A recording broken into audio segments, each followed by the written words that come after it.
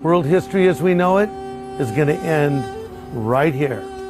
Greg Laurie is an evangelical preacher, one of several who meet regularly to advise President Trump. They are the leaders of mega churches with tens of thousands of members. And many of them, including Greg Laurie, preach a belief called Christian Zionism. The idea that the return of the Jewish people to Israel is one of a series of events that will trigger Jesus' second coming. Jesus is telling us that the rebirth of Israel is a sign of the end, not just a sign, it's the super sign. According to this theology, God will reward those who help Israel and punish those who don't. Jesus will be on his throne and he separates the nations. On what basis? How they treated Zion. According to Christian Zionism, if the U.S. wants to be on the right side of biblical prophecy, they need to do everything possible to protect Israel and punish Iran. That also helps explain why a different Bible story is also really important to them. The Old Testament story of Esther, about a plot to destroy the Jews of Persia, or modern-day Iran.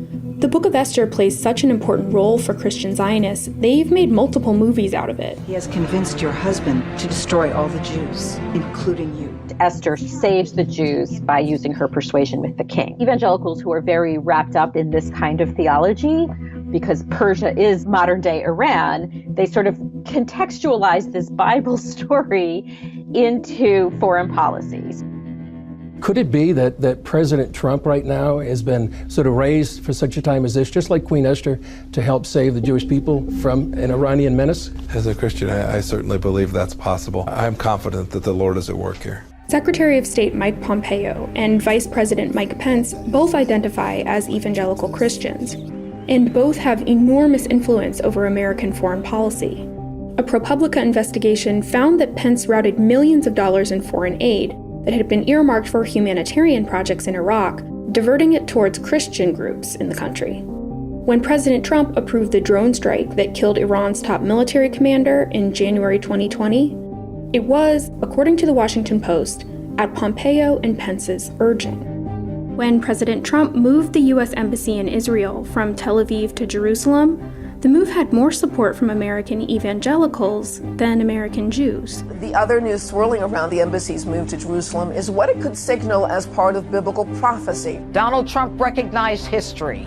He, like King Cyrus before him, fulfilled the biblical prophecy.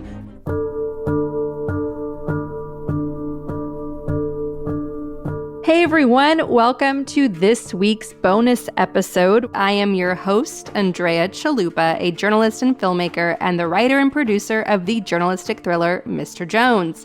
And in this week's show, we're going to be looking at Israel and evangelicals. And my dear friend, Terrell Starr of the Essential Black Diplomats podcast will be joining me in this discussion. This is exclusively for our supporters at the Truth Teller level or higher on Patreon. So if you want to hear the full thing, make sure you're subscribed to the show, and you can sign up at patreon.com/gaslit. That's patreon.com/gaslit. So I wanted to share that at the very top of the show, what you heard were some snippets from a wonderful Vox documentary, a very short film around 8 minutes long, which you can find in the show notes, looking at how Trump's foreign policy was very much shaped by end times prophecy in the Bible. That is a must-watch short film. Again, it's in the show notes. So what we are talking about today is what one academic calls evangelicals in Israel a state of one, meaning these two groups may seem very different, but they are essentially a force of one brought together by very different opportunistic reasons. As you heard in the opening clip, evangelicals are all about Israel because they believe that the final destruction of Israel heralds the end times and brings back Jesus and paradise on earth and all that. Well, did you also know that for a very long time now, I remember as far as 2011 going down this research rabbit hole, evangelicals have also been seeding the end times prophecy that the path to destruction of Israel starts with Russia. That Russia is very key to this final battle between good and evil. Yes, this is very disturbing. So it's important that we take stock of this because Mike Johnson, the MAGA cultist, who is the Speaker of the House, clinging on to power by just one single vote, one single member of Congress, but ruling like he has a supermajority, MAGA Mike Johnson and Marjorie Taylor Greene and the other Christian nationalists who control the House and are deliberately blocking Ukraine aid. They've been longtime Kremlin disinformation agents. They are loyalists, attack dogs for Donald Trump, who has been dependent on the Russians for decades, being a developed Russian asset who would take all of their laundered money, turning Trump Tower in Manhattan into a Russian dormitory. There was an FBI ring that busted a Russian mafia gambling ring just right below Trump's own apartment. Then, of course, you have Little Moscow, Sunny Isles, Florida, with all these Trump Towers, which are big-time Russian money laundering dens. A lot of LLCs owned by foreigners, owned by many Russians, own property in these Trump Towers in Sunny Isles, Florida. You have the FBI hunting spies, Russian spies in this area, and so on. The list goes. So while Trump himself is not into blocking aid for any biblical reasons, he's all in it for the money, he's all in it for Trump. But the MAGA cult that has surrounded him, the Christian nationalists who see Trump as an imperfect vessel used perfectly by God. They see him as Cyrus the Great from the Old Testament, some pagan king that God used in the Old Testament. They see him as fulfilling prophecy and being a staunch supporter of Israel, ride or die Israel, no matter what Israel, because that's how you usher in the age of Jesus, the second coming of Christ here on earth. And they're very convinced of that. And one thing that has gone overlooked in all of this is the fact that Russia plays a key role in their prophecy. And I want to play a clip of their own thinking. I went down this pit of doom, so you didn't have to, pulling together some clips that really show to you how deeply they believe that Russia's war is necessary, and therefore the destruction of Ukraine is necessary, because how does Russia get to Israel? What they see Russia ultimately wanting is the destruction of Israel. And the way Russia's going to ultimately get to Israel is by occupying Ukraine and crossing that land bridge from Bulgaria, Greece, into Turkey, and then ultimately into the Middle East. And Russia's going to have its final end days war against Israel. That's what this is all about. So poor Ukraine, for no fault of its own, is a target for these evangelicals who, again, are the core of the Republican Party today. Again, are wielding all the power in the U.S. House of Representatives. And they number in the estimated 100 million of them across the U.S., driving out the vote for the Republicans and Donald Trump in all important state elections, all important federal elections. They need to have the destruction of Ukraine in order to get their final war with Israel, in order to bring Christ back here on earth. That's their belief. And just to show you how dangerous this belief is, just look at what happened this week in Arizona, where the state government in Arizona narrowly passed an outright abortion ban, relying on a law from 150 years or so ago, before Arizona was even a state. And what did these state reps do before banning abortion, which is going to put the lives of so many people at risk? They held a prayer on the floor of the state Senate in Arizona, speaking in tongues. I want to play a chilling clip of that now. Let it be so, Father God. Let it be so. Let it be so.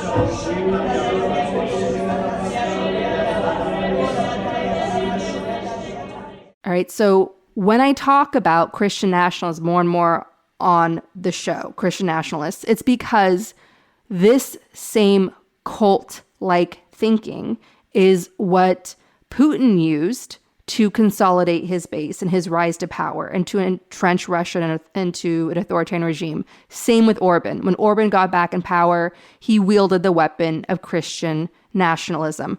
Trump did it in 2016, winning a historic vote of evangelicals to narrowly defeat Hillary Clinton in the Electoral College in 2016. And he's trying to do it again. And with this being a heavily foreign policy election, you're going to have a lot of evangelicals extraordinarily motivated to vote and drive out the vote, pastors of mega churches driving out the vote. because they need to support Israel in this final end days. And they need Ukraine to be conquered by Russia as part of the end days. This is so messed up. I can't even tell you. So now let's hear from the evangelicals themselves. Here is a clip of Ray Comfort, that's his name, a US-based evangelist from New Zealand. But when the catastrophic events unfolded in Israel on October the 7th, 2023, a number of respected preachers came out of the closet and began talking about Russia and its place in prophecy. As Israel retaliated to defend herself, Muslim nations began to threaten Israel with war, with Russia also rattling its saber. Around that time, I produced a video on the subject of Bible prophecy. War in Israel is a sign of the end of the age that quickly received over 1 million views. In it, I made reference to Ezekiel 38 verse 2. Son of man, set your face against Gog of the land of Magog, the prince of Rosh. The heat came when I spoke about the possibility of Rosh being a reference to Russia. You abuse the words of Ezekiel. Rosh means simply head or leader, not Russia. This view was never taught or believed for 1800 years. Those Old Testament prophecies have all been fulfilled. But there is disagreement. Rosh was the ancient name of Russia, once called Rus.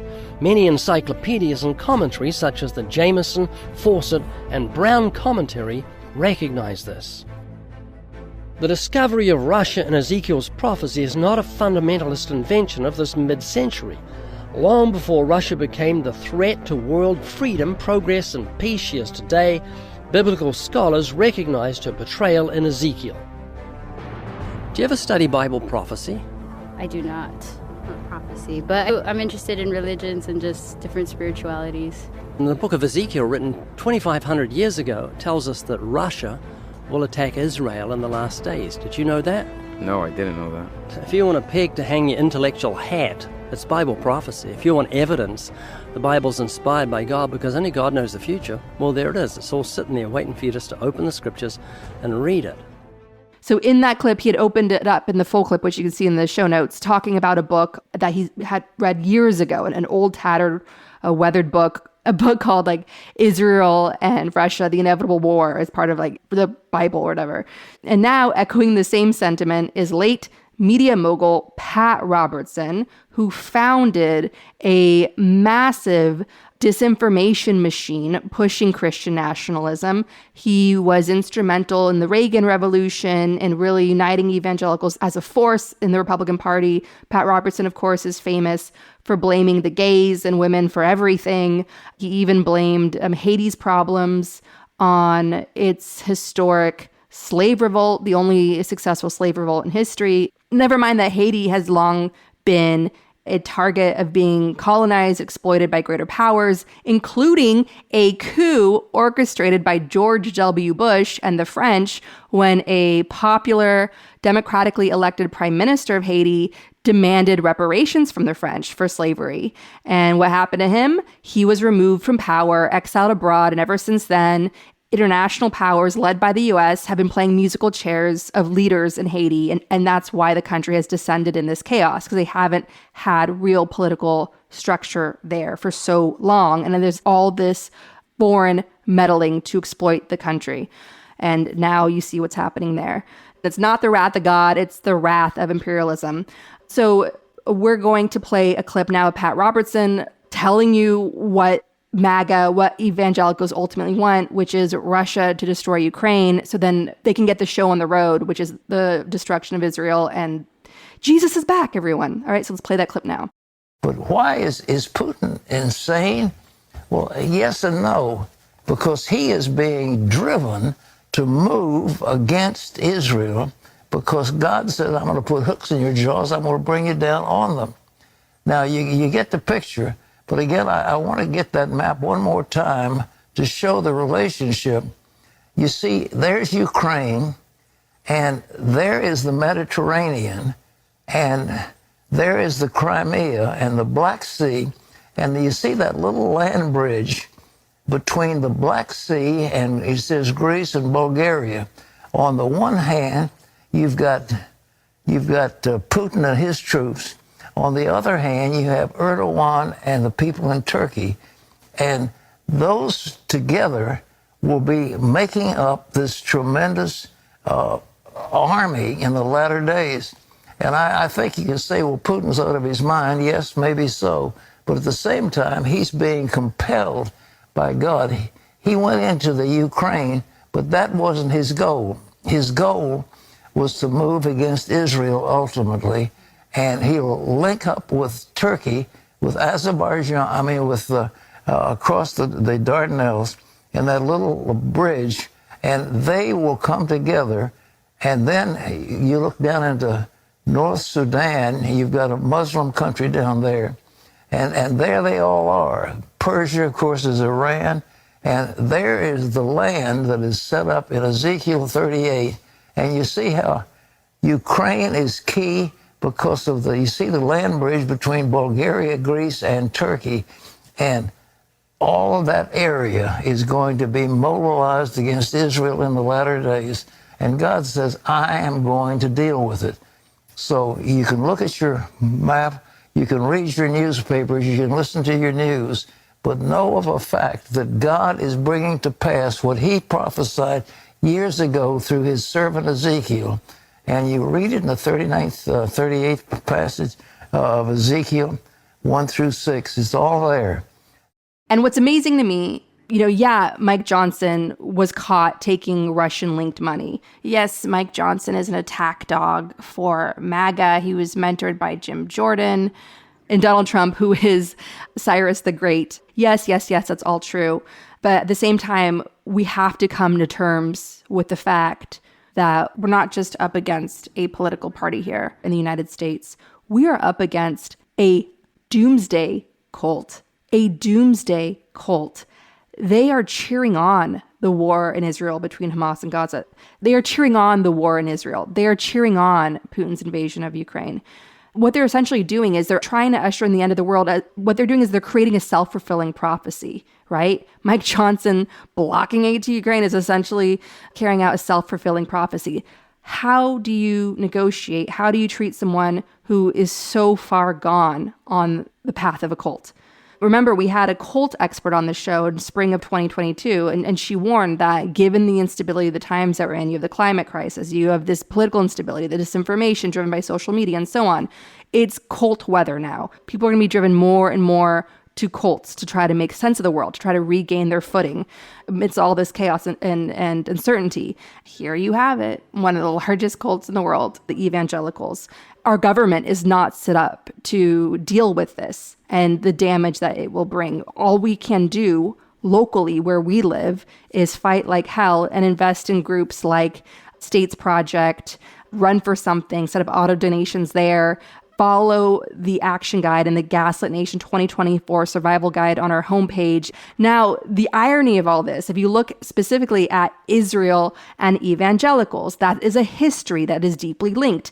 Evangelicals played a key role in the centuries before the establishment of Israel, really calling for an Israel. 1948, when Israel was established, they saw that as living prophecy. What the Bible promised was finally coming true. They celebrated that. They welcomed that.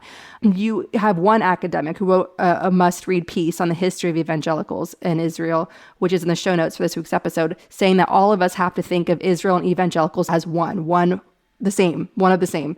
And obviously they're united for very opportunistic reasons. But of course, what you've had in recent years under Netanyahu's growing culture of corruption and criminal impunity is harassment of Christians across Israel and occupied Palestine, including in the West Bank, including in Jerusalem. One report said that the population of Christians in Jerusalem was 20% down to 2%. And the Armenian community, the oldest Armenian diaspora in the world, predominantly Christian, they are facing expulsion, harassment, legal warfare, terrorist targeting by Israeli settlers, trying to force them out. Obviously, the degree of targeting of Christians by Israeli terrorists is not as great as what Palestinian Muslims are suffering currently, but it is an issue that gets overlooked, and it is an issue that no one's talking about on the Republican side that claims to be Christian, because they don't care. It's all part of their larger agenda, the end times agenda for many of them, certainly for the MAGA leaders.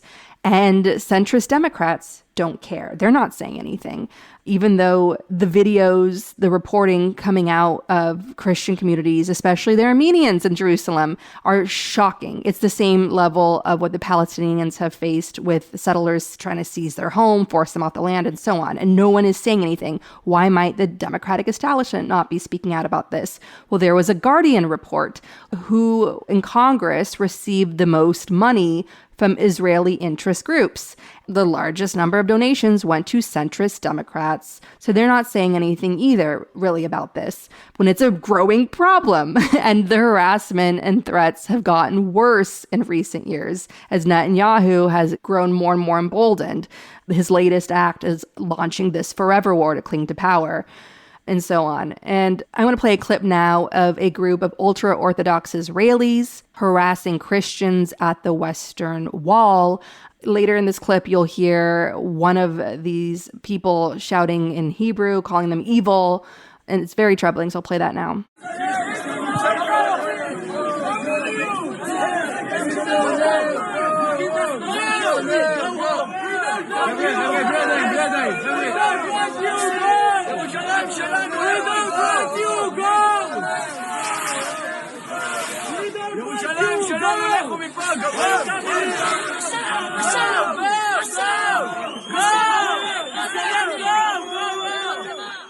And why do they get away with it? Because this is Netanyahu's base. All dictators and wannabe dictators rely on a base to come to power and stay in power. These same ultra-Orthodox have been essentially bought off by Netanyahu's government.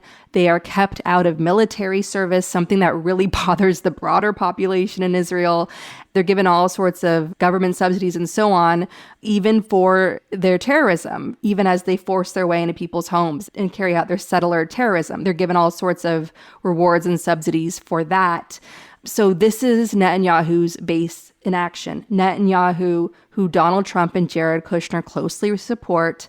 Netanyahu, who initially the Democratic establishment showed support for. He is the one that has allowed and essentially encouraged, through his own corruption and criminality, the rampant and ramping up harassment of Christians across Israel and occupied Palestine, like the West Bank.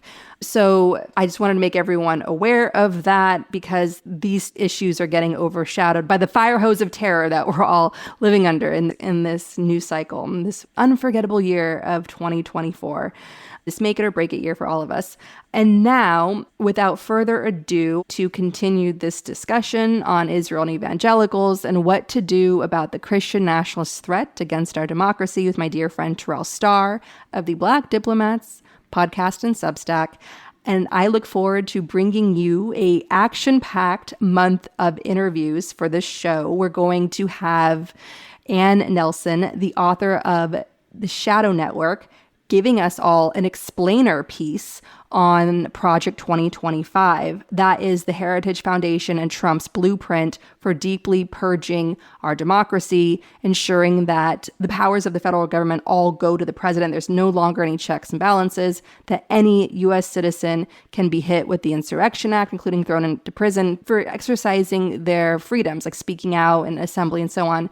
And also, it would ensure that the DOJ and the FBI would report directly to the president, and the president can then wield law enforcement against their enemies. Basically, it would turn America into a dictatorship.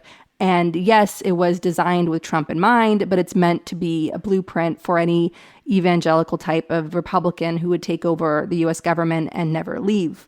So Ann Nelson is going to come on the show and give us a deep dive into Project 2025.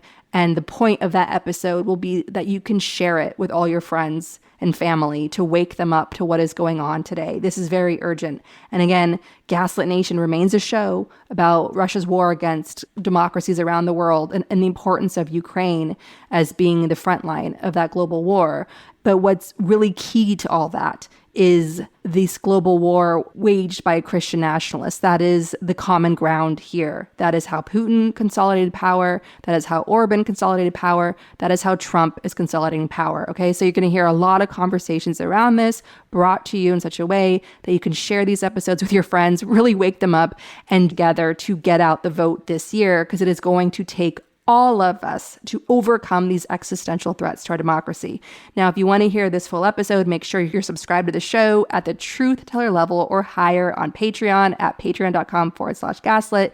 Thank you to everyone who supports Gaslit Nation. We cannot make this show without you. And now, a continuation of our discussion on Israel and evangelicals.